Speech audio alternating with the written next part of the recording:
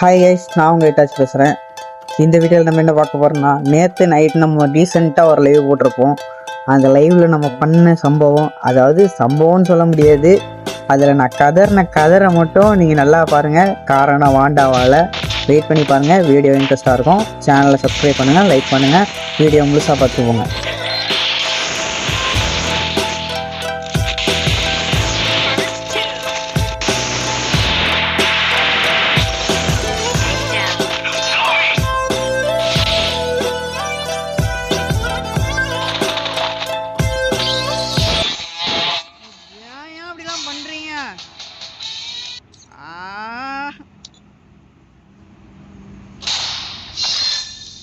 Team வச்சுட்டுலாம் ace அடிக்க முடியாது guys, confirm சொல்கிறேன்.